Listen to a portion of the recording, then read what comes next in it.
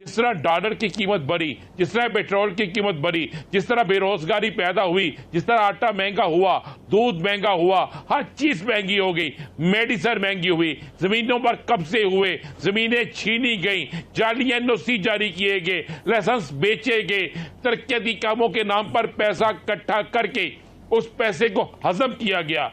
तो ये तो किया सबने मिलकर।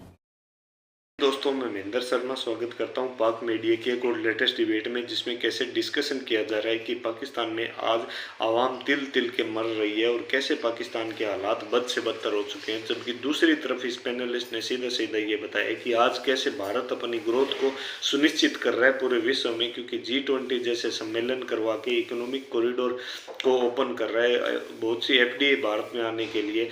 लेकिन दूसरी तरफ अगर देखा जाए तो आज पाकिस्तान की आवाम सिर्फ और सिर्फ भूखमरी की शिकार हो रही है और इस भूखमरी की शिकार होने की वजह से कहीं न कहीं आवाम की चीखें निकल रही है, क्योंकि आज मेडिसिन तक की जो ज़रूरत की जो चीज़ें होती है वो पाकिस्तान में नहीं बची है, जिसका सीधा सीधा जो कारण है वो पाकिस्तान के नेता है जो सिर्फ और सिर्फ कुर्सियों के लिए अपनी किसी भी हद तक को पार कर देते हैं और अपनी जेबें भर के बाहर निकल लेते हैं और अपना हित साध लेते हैं। तो दोस्तों, इसी प्रकार की चर्चा इस डिबेट में की गई है। तो पहले दोस्तों देखिए डिबेट, और उससे पहले मैं आपसे रिक्वेस्ट करूँगा, चैनल पर नए हैं तो चैनल को सबसे पहले सब्सक्राइब जरूर करें। दोस्तों, चलते हैं डिबेट।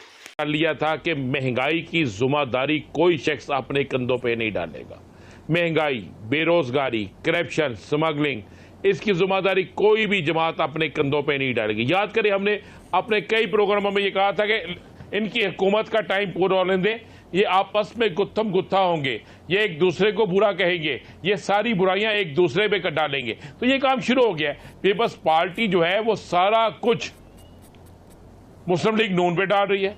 मुस्लिम लीग नून जो है वो खुद कम बोल रही है, अपने नीचे लोगों को ज्यादा बुलवा रही है और मौलाना फजल रहमान को ज्यादा इस पर इस्तेमाल कर रही है। बात यह है कि साबका हुकूमत में जो कुछ हुआ, जिस तरह डॉलर की कीमत बढ़ी, जिस तरह पेट्रोल की कीमत बढ़ी, जिस तरह बेरोजगारी पैदा हुई, जिस तरह आटा महंगा हुआ, दूध महंगा हुआ, हर चीज महंगी हो गई, मेडिसिन महंगी हुई, जमीनों पर कब्जे हुए, जमीनें छीनी गई, जाली एनओसी जारी किए गए, लाइसेंस बेचे गए, तरक्याती कामों के नाम पर पैसा इकट्ठा करके उस पैसे को हजम किया गया। तो ये तो किया सबने मिलकर, किसी एक जमात ने नहीं, सबने मिलकर किया। जिसके इससे जो आता था वो उससे भी ज्यादा लेके गया। अब जब इन्हें पता चला, इनके तो ज़हन में यह था कि सब कुछ करने के बाद आवाम जो है बिल्कुल हमेशा की तरह पागल बन जाएगी, इनकी बातों में आ जाएगी, इनके कहने पे आ जाएगी और हमें वोट देना शुरू कर देगी। लेकिन अब हुआ ये कि जिस जिस हल्के में ये जाते हैं, जहां जहां पे ये जाते हैं, वहां से आगे से रिस्पांस क्या मिलता है इनको? लोग इनको वोट देने से इनकार करते हैं, लोग इनसे महंगाई का सबब पूछते हैं, लोग इनको बिजली के बिल दिखाते हैं, लोग इनसे सवाल करते हैं कि आपकी हुकूमत जो है वो बेड़ा गर्क कर गई, बेरोजगारी पैदा कर गई। आप जो हमें वादा करके आए थे कि आपको ये देंगे, ये देंगे, ये देंगे, आपने कोई एक ऐसा काम जो अवामी किया हो, जो अवाम के लिए किया हो, वो बता दें। जब लोग इनसे ये पूछना शुरू हो गए तो फिर उनके पास एक ही चीज रह गई कि इसके इल्जामात एक दूसरे पे डाल दें। अच्छा, आपके इत्तेहादी रहे हैं वो 1.5 साल में आपने ऑक्सीजन पे गई हुई माशियत जो है उसको मजीद ऑक्सीजन से भी नीचे ले गए। तो 1.5 साल में आपकी 25 मिनट की तकरीर के अलावा पूरी आपकी जमात ने किया क्या है? नहीं, 1.5 साल कोई पीरियड नहीं होता। देख, आप राना अजीम बड़े दानिश्वर आदमी हैं। हमारी मुईशत जिस जिगर पर नीचे गई है ना, हर नए दौर में हम उन्हें खत्म कर दिया दानिश्वरी। आपकी हुकूमत ने हालात ऐसे पैदा कर दिया कि दानिश्वर खत्म हो गया। नहीं, हमारी हुकूमत ने बड़ी मेहनत की, अपने तौर पे संभाला, इसको दिया। हम तो बिल्कुल, मैंने तो आपसे कहा ना कि वेंटिलेटर पे थी, हमने उसको कम अज़ कम इतना किया है कि वो अब सांस ले रही है हमारी मईशत। और हमें IMF से जो टर्म्स मिली उससे हमने अपने आप को डिफ़ॉल्ट से बचा लिया। हम बड़ी मुश्किल में हैं, बड़ी तकलीफ में हैं, लेकिन पहले से बेहतरी हो रही है, अभी भी बेहतरी होगी। अब ये देखिए ना, 18 दिन। अच्छा, आप क्या समझते हैं, अगर कुछ बेहतरी होगी तो उसमें आप लोगों का किरदार कितना होगा? क्योंकि अभी सिस्टम को बेहतर करने के लिए इकदाम हो रहे हैं और जितने भी इकदाम हैं वो आप लोग नहीं करवा रहे, वो निगरान हुकूमत के ज़ेरे क़यादत हो रहे हैं। ये कब्ज़ा माफिया के खिलाफ, ये स्मगलिंग के खिलाफ, ये तेल की दरामद के खिलाफ, ये चोर रास्तों के खिलाफ, ये ज़ख़ीरा अंदोज़ी के खिलाफ, ये सब कुछ कर रही है तो निगरान हुकूमत कर रही है। सर ये काम मुंतखब हुकूमत के होते हैं। अगर आप लोगों ने ये काम किए होते तो अब बैठ के हमें इन मामलात के ऊपर बातचीत करने की ज़रूरत ना होती। देखिए, ये निगरान हुकूमत कर रही है या आर्मी चीफ ने कोई डायरेक्शन दी है तो बहुत अच्छा किया है, चीज़ों की कीमतें नीचे आ रही हैं, यही करना चाहिए था हमें। लेकिन मैं आपको थोड़ा सा समझा दूँ ना, जब आपके पास कोलिशन गवर्नमेंट्स बनती हैं, कोई एक हुकूमत की पॉलिसी उसमें नहीं होती। जब ये पार्लियामानी सिस्टम की खराबी कह लें, अच्छाई कह लें, जो भी कुछ उसका कह लें, या तो लोग क्लियर कट मैंडेट दें कि एक पार्टी को, एक पार्टी की पॉलिसी दूसरी है। मसलन नेशनलाइजेशन की पॉलिसी है कि रहने चाहिए ये सारे जो स्टेट ओन्ड एंटरप्राइजेज हैं वो गवर्नमेंट के पास रहने चाहिए। मुस्लिम लीग कहती है कि उसमें ज़्यादातर प्राइवेटाइज होने चाहिए। पीआईए नुकसान कर रहा है, रेलवे नुकसान कर रही है और स्टील मिल नुकसान कर रही है। अब दोनों पार्टियां जब मिल के रहेंगी तो एक ही बात, दोनों तो नहीं हो सकती ना। तो या तो लोग मैंडेट दे, देखिए तीन किस्म हर जगह यानी तीन मुल्कों ने बहुत बड़ी तरक्की की है। चीन ने तरक्की की है, वहाँ पे जमहूरियत नहीं है, वहाँ डिक्टेटरशिप है। अमेरिका ने तरक्की की है, वहाँ पे प्रेसिडेंशियल सिस्टम है। इंडिया ने तरक्की की है, वहाँ पे हमारा पार्लियामानी सिस्टम है। तीनों सिस्टम में तरक्की हुई है। तीन बड़ी तरक्कियाँ जो पिछले दिनों में हुई हैं तीन बड़े मुल्कों ने। मसला नीयत का है कि हम डेडिकेटेड एफर्ट करें हम सबको, और जब तक हम टर्माइल रहेंगे ना, मसला हुआ क्या मैं आपको बताऊं, हम एक पेज पे नहीं रहे, एक दूसरे से लड़ते रहे। हर इजाजत दें, अगर इजाजत दें तो नहायत अदब से एक सवाल कर सकता हूं।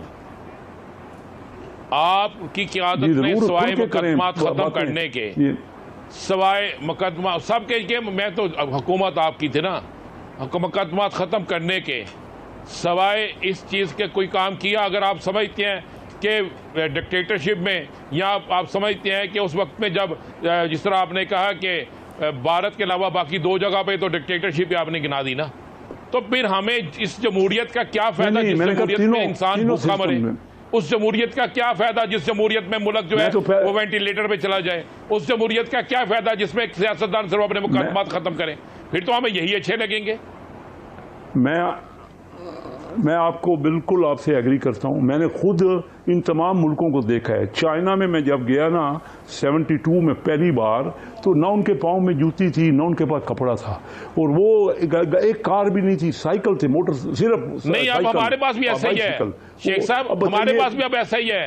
अब हमारे पास भी ऐसा ही है ना, हमारे पास जूती है ना कपड़ा है, कुछ नहीं रहने दिया आपने।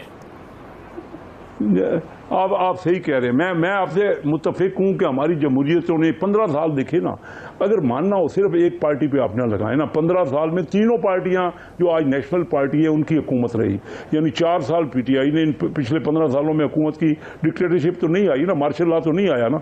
अच्छा, 5 साल पीपल्स पार्टी ने हुकूमत की, और अगर ये साल हमारे कोटे में आप चलो डाल लें तो 6 साल और 30 साल आपने हुकूमत की। 15 साल पहले का पाकिस्तान बेहतर था। 30 साल पिछली बातों को छोड़ दे, उससे बीच में तो डिक्टेटरशिप रही ना बहुत ज्यादा। मैं जमहूरियत की बात कर रहा हूँ। जो ये कहा जाता है ना कि जमहूरियत एक बेहतरीन सिस्टम है, सिस्टम सारे अच्छे हैं, लेकिन ये 15 साल पहले का पाकिस्तान आज के पाकिस्तान से बेहतर था। आप सही कह रहे हैं, ना रोटी मिल रही है, ना पाँव में जूती है लोगों के, ना बिजली के बिल हम दे सकते हैं, ना स्कूल की फीस दे सकते हैं। मैं तो लोगों में रहता हूँ ना, मैं तो ये सोच के आया। मैंने ये मानते हैं जमहूरियत बेहतरीन इंतकाम है और वो इंतकाम जमहूर से लिया गया? मैं समझता हूँ सारे सिस्टम अच्छे हैं, नीयत साफ हो। हमने पैसा बनाना, हमारे लीडरों ने बहुत ज्यादा पैसा बनाया है। देखिए इस वक्त टोटल रेवेन्यू जो पिछले साल हासिल हुआ है ना FBR का, वो 7,500 अरब रुपए हासिल हुआ है। अगले साल का टारगेट हमारा लगभग 9,500 अरब रुपए का है। लेकिन 5-6 हज़ार अरब कम अज कम corruption, misappropriation, under invoicing, smuggling होती है। अब किसने इनको रोका था? ये सब पैसा बना रहे हैं। और आपने बाकी तमाम लोगों के नाम ले दिए शेख साहब। अभी हसास इदारे की जो रिपोर्ट जमा हुई है उसमें ये लिखा गया है कि ईरान से पाकिस्तान जो तेल स्मगल करके आता है उसमें 29 सियासतदान भी मुलव्वस हैं। 995 पंप्स के ऊपर वो बिकता है। 60 अरब रुपया एक महीने का तेल जो है वो बिकता है ये स्मगलिंग का। तो कैसे कारोबार चलेगा जब पुष्ट बनाई सियासतदानों की होगी? यासर साहब, सियासतदानों के अलावा हाजर सर्वस पुलिस अफसरान, हाजर सर्वस ब्यूरोक्रेट, सारे इन्वॉल्व हैं। हाजर सर्वस पुलिस अफसरान, हाजर सर्वस ब्यूरोक्रेट, ये भी शामिल है उस लिस्ट में। ये देखिए ना, ये आप जो पैसा देते हैं, यहाँ पैसा डेवलपमेंट के लिए पॉलिटिशियन को दिया जाता है। अब मैं तो देख रहा हूँ ना कि क्या है, आप देख लीजिए कि उसमें कितना सही खर्च होता है, क्या होता है। हर जगह हमने किसी को रोका ही नहीं है ना, और जब तक चेक नहीं होगा हम रोकेंगे नहीं। आखिर हमारे साथ वाला मुल्क है ना, इंडिया हमसे बहुत पीछे था। इंडिया का हिंदू रेट ऑफ ग्रोथ था, हमारा बहुत बड़ा रेट ऑफ ग्रोथ था, हमारी करेंसी उनसे बेहतर थी।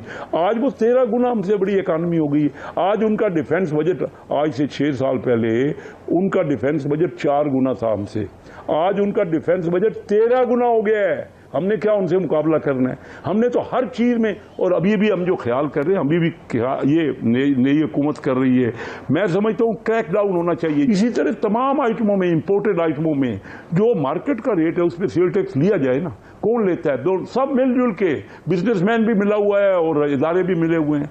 कोई एक इदारा ठीक काम नहीं कर रहा। इनकम टैक्स में आप कहते हैं क्यों रेवेन्यू इकट्ठा नहीं होता? हमारा रेवेन्यू 8% है पूरी GDP का, ये 9%। कम से कम 12-14% होना चाहिए, 4-5 हज़ार अरब रुपए ज़्यादा होना चाहिए। लेकिन क्या करें कि जहाँ कोई भी किसी जगह पे एक कागज़ नहीं मूव होता, वो कहते हैं कि हमें दे दो इतना, इतना हमें दे दो, इतना हम आपको छोड़ देंगे। तो आपने देखा कैसे आज ये कंपैरिजन कर रहे थे, भारत और पाकिस्तान का भी इसमें कंपैरिजन किया साथ में, और सीधा सीधा ये बताया कि भारत आज के समय अगर ग्रोथ देखे तो पाकिस्तान से 13 गुना आगे निकल चुका है, जिसकी कोई सीमा नहीं है। तो कैसे आज पाकिस्तान के हालात बद से बदतर, जैसे पैनलिस्ट फूट के रो रहा था, दाने दाने को मोहताज हो चुकी है पाकिस्तान की आवाम, जबकि भारत अपनी ग्रोथ सुनिश्चित करके पूरे विश्व में विश्व गुरु बनने की ओर अग्रसर हो चुका है। तो दोस्तों, इसी प्रकार के लेटेस्ट पाक मीडिया की एक से एक वीडियो, लेटेस्ट न्यूज़ और डिबेट के लिए चैनल को सब्सक्राइब जरूर करें दोस्तों। जय हिंद, वंदे मातरम, भारत माता की जय दोस्तों।